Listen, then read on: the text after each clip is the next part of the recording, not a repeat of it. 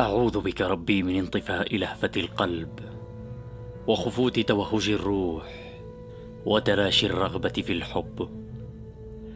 وأعوذ بك ربي من قلة المعالم في الطريق، ومن الطريق بلا وصول، ومن الوصول إلى الفراغ. وأعوذ بك ربي من الصلابة أمام من يحبنا، ومن الرقة أمام من يكرهنا. الله أكبر